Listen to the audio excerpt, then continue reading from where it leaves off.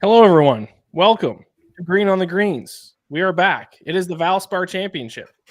Players Championship week just wrapped up. I think we hit the first outright winner that we've given out on this show since we rebooted at the WM Phoenix Open. It was a square pick. He was the odds-on favorite, but for the reasons that I talked about last week, I thought he was the right pick, and he came through for us. Scotty Scheffler plus 550.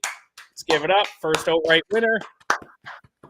Also, I hit Wyndham Clark top 20. Should have got more aggressive with my boy Wyndham Clark, but still top 20 at plus 150.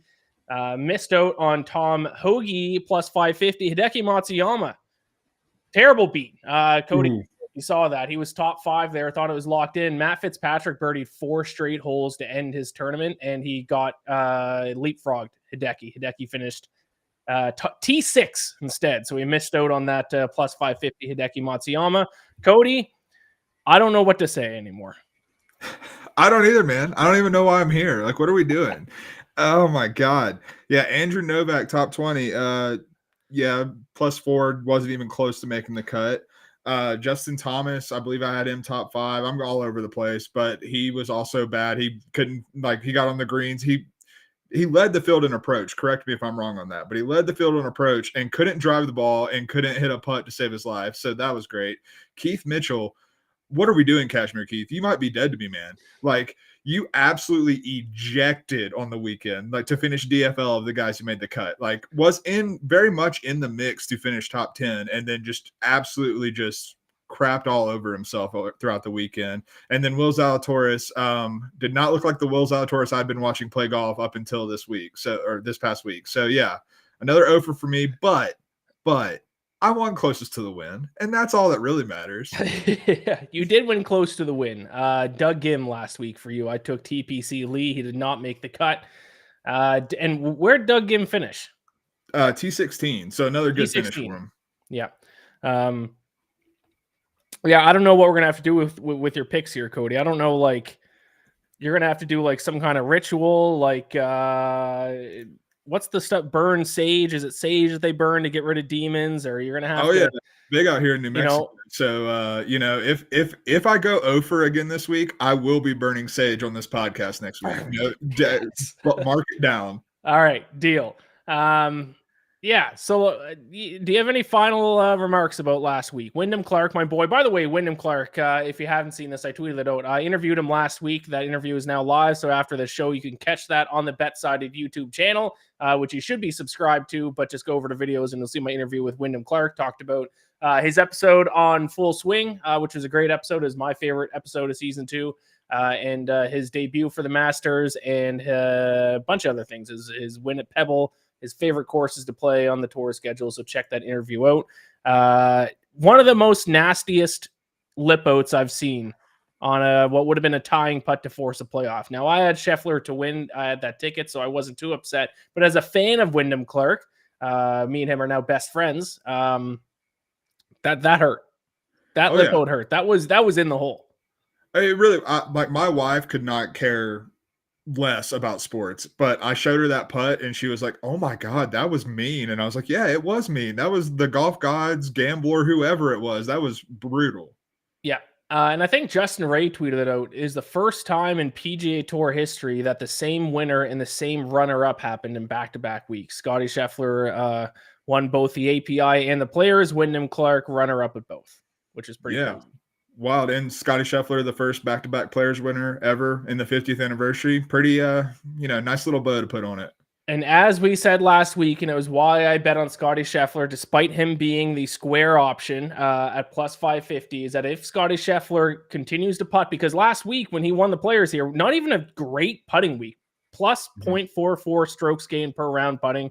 Not that great, but that's enough. His ball striking is so good that if he even putts average, he's going to win these events. And I said last week, if he keeps putting and gaining strokes putting each event, we're going to be praying for the days where he's plus 550 to win it. And I think already, correct me if I'm wrong, I think his Masters odds are 4-1. I was literally about to ask you, do you think he's going to be 4-1? Because I haven't looked at the Masters odds, so he is, that would check out. I see BetMGM has him 5-1. So there is still a 5-1 out there, but that's still, I mean, Masters, and this is a stronger field because you're talking about the guys like John Rahm and the Live guys are in it, and he's already shorter odds than he was last week. Yeah, 100%. I mean, like, you can talk about it being incremental gains with the putter. Like, he's still not a good putter by any stretch of the imagination, but like gaining .4 strokes putting for Scottie Scheffler with the way he's striking the golf ball right now, that might as well be like Denny McCarthy or whatever putter you want to put in there, like the best putter in the world because he's striking the ball so damn well. Yeah, exactly. Plus 450 at DraftKings. So somewhere between 4-1, 5-1 to win the Masters already. And people, I see it on golf Twitter all the time. They say no value in taking the favorite, especially at someone at plus 550 odds. Listen, value is value is value is value. If there is a golfer and he was listed at minus 200, but you thought there was a 95% chance he was going to win the tournament, now that's obviously never going to happen. But in theory, mathematically, there is value at minus 200 odds, whether it's golf or F1 or football. Value is value is value, no matter what the odds are. And I thought there was value at plus 550 last week. Didn't look great heading into the final round, but Scottie Scheffler looked like Tiger Woods, to be honest, on Sunday. Oh, yeah. In terms Absolutely. of hunting down the leader, making every shot that he had to make, making every putt he had to make, and then he was enough for the win.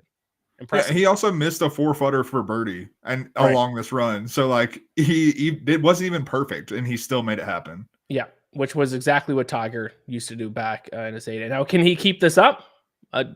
We'll see, but at least right now, it's impressive stuff. All right, let's move on to the Valspar Championship at Copperhead. One of my favorite, actually, I think might be the most underrated event on the PGA Tour schedule. A very difficult course.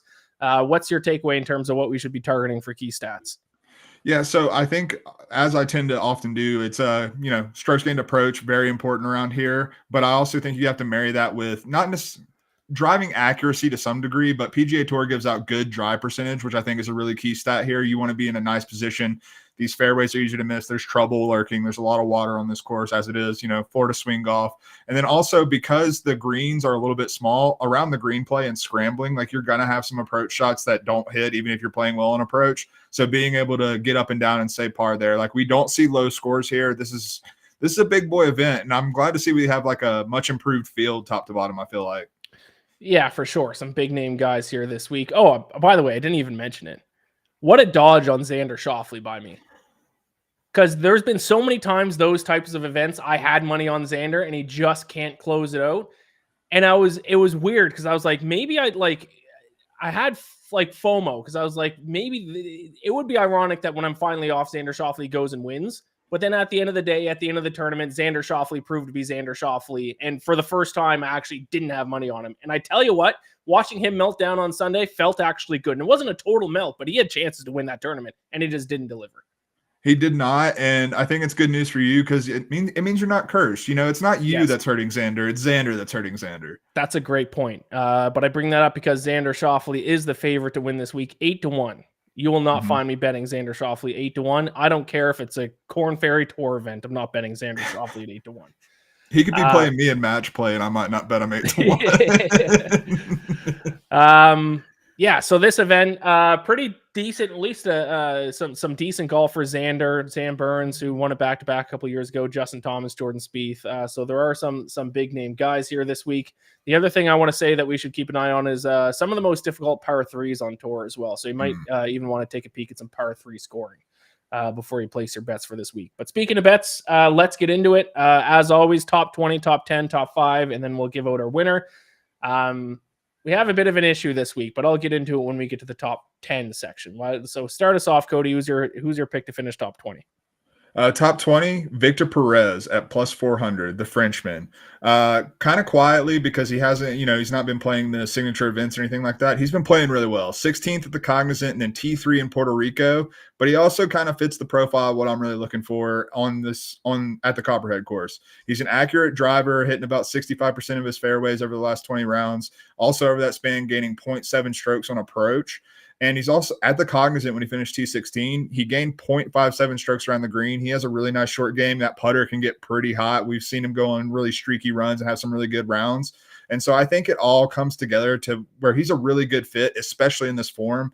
He was T45 at the Valspar last year, but I think he's playing a little bit better than that right now with his approach and his around the green play. So I think he's I think he's being a little undervalued here at plus 400 for a top 20. Yeah, I like that bet. Won't argue it at 4-1. Certainly, we've bet a decent amount of Frenchmen on the show through the first couple months. For my top 20 bet, I'm going to keep it simple. I'm just going to take the defending champ. I will take Taylor Moore. Not often that we can get a defending champ of a tournament at plus 250 just to even finish in the top 20. And he hasn't played fantastic lately, but he's been consistent in terms of making the cut. He's made the cut every single event that he's played in, dating back to the Open last year. I'm not going to count it, but it looks like around 13-ish events straight that he's made the cut. Still not great finishes, T31, T48, T31, T39. But he's making the cut. And now he gets to go back to an event, obviously, that he won at last year. So he's got to feel comfortable at this course. He did gain strokes with his approach play last week. Actually gained strokes in all 4 areas last week. Just wasn't quite enough to finish better than T31. But a T31 at the Players with a much, much better field than what's playing this week. Should be feeling pretty good going back to an event that he won at last year. So I'm going to keep it pretty simple here. I'll take last year's winner to finish in the top 20, Taylor Moore, plus 250. I like it. He's a Florida swing guy. I believe he was my closest to the win at the API, if I'm not mistaken. So yeah, he tends to play pretty well on the Florida swing. He was your closest to the win on the Florida swing. I think I edged you out there with that one with Patrick Rogers, but yes, he was your pick then. All right. Moving on to top 10. Now, here's the issue, Cody, is that our brains think too much alike, in that we have run into an issue since we restarted the show that on an almost weekly basis, we're on the same guys. It happened again this week. Now, last week, I got dibs on the guys. I think it was Hideki Matsuyama and Hoagie last week. This week, I let you have dibs. So both your top 10 and top 5 picks, if you didn't pick them, they would have been my top 10 and top 5 picks. So I had to go different directions, but I don't know what we got to do, Cody, but we got to start thinking differently or looking at, different stats. I don't know what we got to do because we're picking the same guys every week. Yeah, I guess we see a lot of this similar, but we're going with the champion golfer of the year, Brian Harman, top 10, plus 200. A little square, but 2-1 odds for the way Brian Harman's playing right now to finish top 10 in this event. The way he fits this course, I'm all over that. Like, he's coming in T12 at the API and then T2 obviously at the Players was phenomenal last week. And we know that his DNA is he's short off the tee. He's going to find the fairway though. And then when his approach play spikes is when you see these finishes. And his approach play is spiking like crazy right now. Over the past 8 rounds, which would obviously be those last 2 finishes, 1.83 strokes gained to the field on approach alone. And we know that his short game, like, he doesn't have like outstanding out around the green numbers over the past 2 weeks. That's because he was finding the green constantly. He may not find it as well, but we know short game is a strength of his and that his putter can get hot as well. I think that he just fits this so perfectly. And last year he missed the cut at the Valspar, but he was T5 the year previously. So he has proven that he can play well here. This is another course kind of like the Players where course history isn't the stickiest thing in the world. Like, you can get into trouble so quickly that your results can have a lot of variance in them. So I think Brian Harman, with the way he's playing and striking the ball right now, top 10 at 2-1 is very easy money for me. Yeah, one of the few courses on the schedule where being a short hitter is not going to completely kill you. So this is certainly a good course fit. I mean, he checks all 3 boxes. Recent form, fantastic, as you said last week. I think he was second in the field in strokes gained approach last week. First amongst everyone who made the cut and played all 4 rounds because the leader was Justin Thomas. Solid course history, T5, great form, great course fit. When you look at the numbers, there's a lot of things to like about Brian Harman. I'm personally betting him to win outright at 22-1. Do you have any interest in outright on Brian Harman as well, or are you sticking top 10? I'm going to sprinkle a little bit on the outright. I do like that as well, but 2-1, like, those odds just seem, that doesn't jive with me for how likely I think it is he's going to finish in the top 10. Yeah. Absolutely. So yeah, I like Brian Harman quite a bit as well. That would have been my top 10 pick probably, but I'm going to go a different direction here. And I like this one too. And I was actually deciding between him and who your top 5 pick is. Maverick McNeely, top 10 plus 450. A little bit of longer odds if you're looking for a little bit longer than 2-1 plus 450, top 10 here. Now, my issue with McNeely though is that he goes against my rule that it's better to bet on guys who have a good approach game and are good ball strikers and then hoping they get hot with their short game rather than betting on guys with good short games and hoping they get hot with their approach. Because that's what Maverick McNeely is. His short game is some of the best on the PGA Tour. Around the greens, he gained over 2 strokes around the greens per round last week. I don't even know how that's possible. Gained strokes putting, and he's been doing it for a number of weeks now, but his approach play stinks. And he's solid off the tee. Pretty average distance, pretty average accuracy, but he's gaining strokes off the tee too. It's his irons. Pretty much middle of the pack last week in approach, but then lost a couple of strokes approach the week before, lost a couple at the Mexico Open. So he does go against my rules, but we're talking about a guy who plus 450 finished in the top 10. His last 4 starts have gone T6, T13, T41, T9. So he's already coming off a top 10 at the Players. He does have course experience. He played at this event last year. He finished 36th. Not great, but that's a made cut. That's a competing all 4 rounds. So I think there is a lot to like at Maverick McNeely if you're looking for someone a little bit of a dark horse, a little bit further down the odds list. And I will take him to finish in the top 10 at plus 450. I will not be betting on him to win outright, just not good enough approach play for me to win outright. You might even want to get more conservative and go top 20. And I think you can bet him top 20. Let's see if I can find it really quick. You can bet on him top 20 at 2-1. Which I think would be a pretty solid price as well. So I'll go McNeely for my top 10 pick, though. I like that a lot. And the other thing I would note about McNeely is he was hurt most of last year. Yes. And he returned this year, and he's very much been rounding into form. Like the short game is obviously still there. Like that's the one thing you can practice when you're hurt is your short game, and he's already elite at that.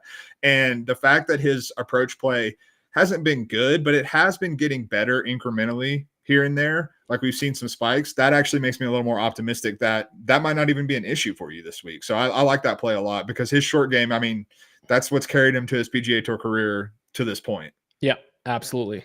So your top 5 pick was going to be my top 5 pick, or I was going to take him top 10. One of the funnest names to say on the PGA Tour. Oh yeah, that's Christian Bezuidenhout. And he is plus 900 for a top 5. That's a little more aggressive than I tend to get for these top 5 plays, but I really like it this week. Talk about approach play, man. This guy, he was 3rd in the field, I believe, in approach play last week at the Players, and ended up finishing T13. The one concern I have about him is for being a short driver, he's not very accurate. Like he tends to hit below 60% of his fairways, but that hasn't stopped him from putting together a lot of really good finishes this year. And I think that the one thing about his lack of driving accuracy is he's not wildly missing. It's like on the edge of the fairway, and it also hasn't affected his approach play. And so I think that when you look, he has one start here, and it was T62, I believe in 2022 at the Valspar. But I think that his approach play has definitely leveled up. We've seen him have really solid weeks with his short game. I think that he's trending for something, a real spike week. And I think this could be the week to do it in this field with the way he's striking the ball right now. Totally agree. Gained strokes with his approach in 7 of his last 8 starts. Significant strokes gained with his approach as well. Yeah, a lot of things to like about him. Very similar profile to Brian Harman. These kind of shorter hitters. This is one of the few weeks that you can really target it on the shorter hitters. So yeah, I like Bezuidenhout a lot. I am also betting on him to win outright at. I got him at 55-1. I don't know if that number is still available, but yeah, if you want to sprinkle on a dark horse to win, does he have a win? I think he has a win on tour. That's a great question. I feel like he does too. I think he won something 2 years ago, like in 2022. Something like the summer. And it was, I think, like one of these kinds of events that like a bit of a weaker. No, he doesn't have a win. He was at least he must have been in contention in one of these types of events. He has 3 wins on the European Tour though, so he does have pro wins, just not on the PGA Tour. I would have swore that he had a win a few years ago. Might have. No, yeah. It must have been like a 2nd place or 3rd place finish. Yeah, I definitely remember. I would have swore the same thing too because it feels like he's won one. Yeah. My top 5 pick, I'm going to go with a Canadian. I'm going to go with Nick Taylor to finish in the top 5. Bit of a hot and cold golfer, but I think this is a good event for him. He was kind of in the mix a little bit this past week. All of his numbers are great. He lost strokes around the green uncharacteristically this past week, which ended up costing him and finished T26 at the Players, but his approach game is very good. He's a fairly accurate driver. His putting has been very good. When he won the Phoenix Open a few weeks ago or about a month ago, gained over 2.29 strokes per round putting.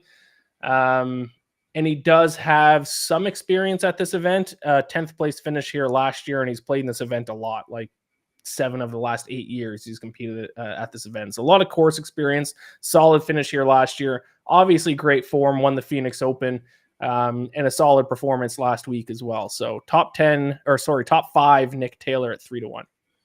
I like that. Nick Taylor was someone I looked long and hard at this week. So, yeah, I like that play as well. Also, Bezuidenhout finished T2 at the 2022 John Deere.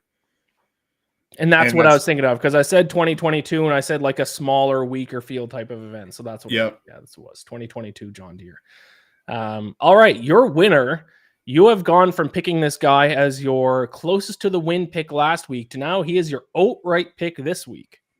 Yeah, he got me a closest to the win last week. So, might as well try to go for the outright win this week. That's Doug Gim at 45-1. Dougie. I mean, the way this guy is playing is going, I feel like, way too far under the radar. He finished T16 last week at the Players, which gives him 5 straight top 16 finishes. And over that span, he's gaining 0.82 strokes on approach. He's hitting over 70% of his fairways. And actually, last week, he didn't even have the best ball striking week, and his short game saved him, which has not really been in his DNA, but that shows improvement there. He's just really feeling his golf game right now. And then the other thing, if you want to get really in the weeds statistically, the approaches that you see at the Valspar tend to be, I think it's way higher than tour average, from 175 to 200 yards out, and he is T18 in proximity from those ranges this year. So he checks all the boxes that I'm looking for, and he's just frankly a better golfer than he's ever been right now at this point in his career. And he finished T27 here last year with the vast improvements that he's made. I think he is legitimately going to contend to win, and I'm all over him this week. Yep. I don't personally have any Doug Gim action, but I'm not going to argue with it. A lot of good points that you brought up, and I've seen some other people, smart golf bettors, that are on Doug Gim this week as well. So I like it. I don't know if you can call me a smart golf bettor because of how this year's gone so far. Well, if Doug Gim wins for you, you're back in the black. So that's right. There you go. All right, my pick to win. We've already given out on the show last week the person who finished 3rd in strokes gained and 2nd in strokes gained, and this is a guy that we've bet on to no avail several times already this season. Let's give him one more go. I'll go Justin Thomas. I love it. 14-1, obviously a weak field. He is one of the few big names competing this week, and yes, he did miss the cut last week. It was ugly, but as we mentioned, he had gained an unbelievable amount of strokes with his approach game, just an abysmal tournament everywhere else.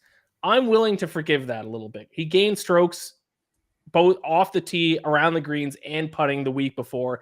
I'm going to chalk it up to a blip in the radar and just a bad tournament for Justin Thomas. It certainly happens sometimes when you look at strokes gained approach. Now, it is a little bit tough to judge a guy in strokes gained approach when he doesn't make the cut because he didn't play 4 rounds. So it's only 2 rounds of really good approach play. It probably would have evened out to a certain extent if he played all 4 rounds. But if you look at just those 2 rounds, that was the best tournament he had in terms of strokes gained approach since the Workday Championship back in February of 2021. So if he can bring that approach game this week and just not crap his pants on the greens and crap his pants, off the tee, he's going to win this week. So that's what I'm going to kind of bank on, especially in a weaker field event. And he has had good course history here as well, finished in the top 10 the last 2 years, 10th place last year. I think it was T10, 3rd place the year before, 13th the year before. So 3 straight seasons he's finished 13th or better at this event. So good course history. His approach plays at least in good form, and it's a weak field. So I'm going to take Justin Thomas one more time because we've taken him a lot on this show and it has not worked out. One more ride with Justin Thomas. If he lets us down again, we're off him. Yeah, I mean, that's kind of where I'm at because I looked at him and the fit is there because, he lost strokes around the green last week. That's not typical of JT. JT has a very good short game. He can't putt, but, I mean, his putter is very hot and cold, but his around the green play is normally very, very elite. And so, seeing him lose strokes last week, that seems like a blip on the radar to me. And even with the driver being unpredictable, let's say, that's probably a good word for it. Yeah. I do think the fact that he has such good finishes here means he knows how to play this course well and how to stay out of the trouble with his driver. Yeah, I'm just bringing up his numbers. when he finished T3 here, he did putt well. But yeah, I'm just looking at his strokes gain numbers from every year that he's competed here. It's a good course fit. And he has gained strokes around the greens every year that he's competed here as well. So we'll go Justin Thomas. All right, let's wrap up with our closer to the win picks. Is it 3-2 in my favor or 4-2? I think it's 3-2. 3-2. Yep. All right, who you got? Obviously, if this is the first time that you're watching this, we give out a golfer that's at least 100-1 odds or longer, and whichever of our two golfers finishes further up the leaderboard at the end of the tournament or closest to the win, then we get a point. So as of right now, I'm leading the closest to the win competition 3-2. You got a point last week taking Doug Gim. I was on KH Lee, who missed the cut. And also, just these have sneakily been some of our best bets the entire season so far. So I would, if you want a little sprinkle on these for like top 20 or something, it might be worthwhile with how we've been doing these. But I'm going with Joel Damon, 110-1, and he just went nuclear on Friday through Sunday at the Players, man. Over Friday through Sunday, or over the entire tournament, after being over par on Thursday, he ended up gaining 3.25 strokes tee to green per round, and then lost with the putter, which probably kept him out of actual contention. Ended up finishing T11. But we've seen Joel Damon that his short game can kind of get away from him, but when he gets hot, his ball striking really shows, kind of like it did, and he gets like nuclear hot. And so I think that with what we saw last week, and I heard an interview with him on the No Laying Up podcast where he was talking about how he just went out there and he was just playing golf and wasn't thinking about what he needed to do with the swing, and it very clearly benefited him. So I think staying in Florida, being able to just go play golf again, I think we're trending towards something where Joel Damon could have a really nice finish this week.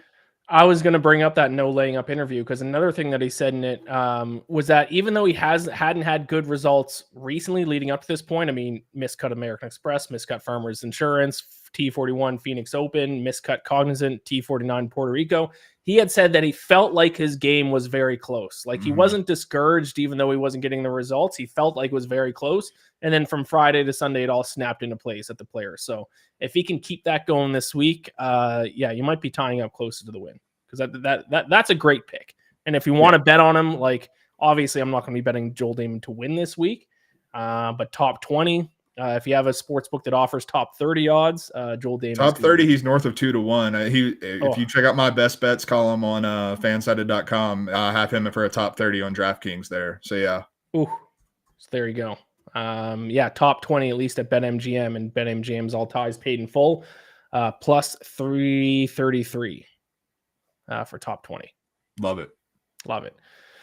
All right, my close to the win pick, going double Canadian this week. I took Nick Taylor top 5. I'm going to go Mackenzie Hughes 100-1, right on the line there for close to the win this week. Nothing crazy. There's nothing you're going to see in his numbers where you think he's going to pop off, but he kind of has been Mr. Consistent. T26 last week, T30 the week before. He seems to make the cut more often than not, obviously. I think the only missed cut, ironically, this year was at the Mexico Open, which is like the weakest field all year. So, so he doesn't have a good course history, which is, not super promising, but gain strokes with his approach play 2 straight weeks. And I think even though his course history isn't good here, I think he's a decent course fit. So I'm just going to back a Canadian here. I'll go Mackenzie Hughes. He was T13 here in 2019, so he has played well here before. But I'm with you. Mackenzie Hughes, another guy who can spike on approach, but tends to drive the ball pretty accurately, and his around the green play. It's almost like a B-list Maverick McNeely in some ways. Yes, great comparison. Yeah, T13 2018 here was it? 2019. 2019. He's missed the cut twice since then, but still, I mean, top T13 finish, still solid. Yeah. All right, so there we go. To recap our picks, top 20 for myself, I'm on Taylor Moore at plus 250, top 10 Maverick McNeely at plus 450, top 5 Nick Taylor at 3-1, and my winner is Justin Thomas. One more ride with JT at 14-1. My close to the win pick, Mackenzie Hughes. And then for me, top 20, Victor Perez at plus 400. Top 10, our guy Brian Harmon, the Bulldog himself, at plus 200. Top 5, Christian Bezuidenhout, at plus 900. And then winner, Doug Gim, 45-1. Closest to the win, everyone's favorite, Joel Damon. Hard not to like Joel Damon. We're always rooting for him. Have you watched Full Swing? I have now. Yeah, I You binged it a have. little bit this weekend. Yep. Very interesting episode with him and Wyndham. Definitely. Probably the Um, best episode of the season, if I do have to say. Like, I yeah, think I that's think probably so. been my favorite. Yeah, I haven't seen the last couple yet, but of the ones I've seen so far, probably got to be my favorite episode. So that's it. Go. Speaking of Wyndham Clark, go check my interview with him on the BetSided YouTube channel. It is up there in full right now. Go check that out. Give that a like. Give this show a like. Any final thoughts, Cody? I need to hit a bet, man. That's what I need. You got to hit more a than bet. If anything. you going 0-4 this week, you're burning sage on the program live next week. Next week, I think we go to Texas. What is it, the Valero or is it Houston? Oh God, if you hadn't, I honestly, I don't know. We never looked this up before. I know they go to Texas. It's one of the two. I forget which order. I think it's Houston first. It's Houston. First. Yep. Houston first, and then we got the Valero Texas Open. Yeah, because Valero is always the week before the Masters, and then hello friends, the Masters. Oh God, yeah. Do you think Scotty Scheffler's going to play one of these Texas events to warm up for the Masters and as a Texas guy? And if so, what will his odds be in one of these fields? I think I read or heard that the Valero actually has a fairly strong field. Okay, cool. For what the Valero is usually like. Let me see if I can quickly look that up. But I mean, he is a Texas guy. He's a Longhorn. I would think he competes in one of these two. Which of the two? I don't know. And he'll probably be like what, 3-1, 3.5-1. Yeah, obviously it depends who else is going to be in it, but yeah, he's going to be. I mean, no live guy, so it's going to be short odds. Which is, by the way, my rollover for top 10 Scotty Scheffler each week continues to hit, but it's going to be a long grind. If like the odds are not going to be like minus 200 to finish, I might have to go top 5 instead. Honestly, still might be profitable. Scotty Scheffler's not currently in the field. But this is the list I'm looking at is very limited though. So I'm sure there are still other golfers that are gonna confirm, but as of right now, he is not in the field. Well, you got to get your Masters prep in. So I would suspect that we'll see a lot more guys added to those. All right, that's our show. Thank you all so much for watching. Subscribe to the channel, like this stream, and we'll be back next week for the Houston Open. Best of luck with all your bets this week, and gamble or bless.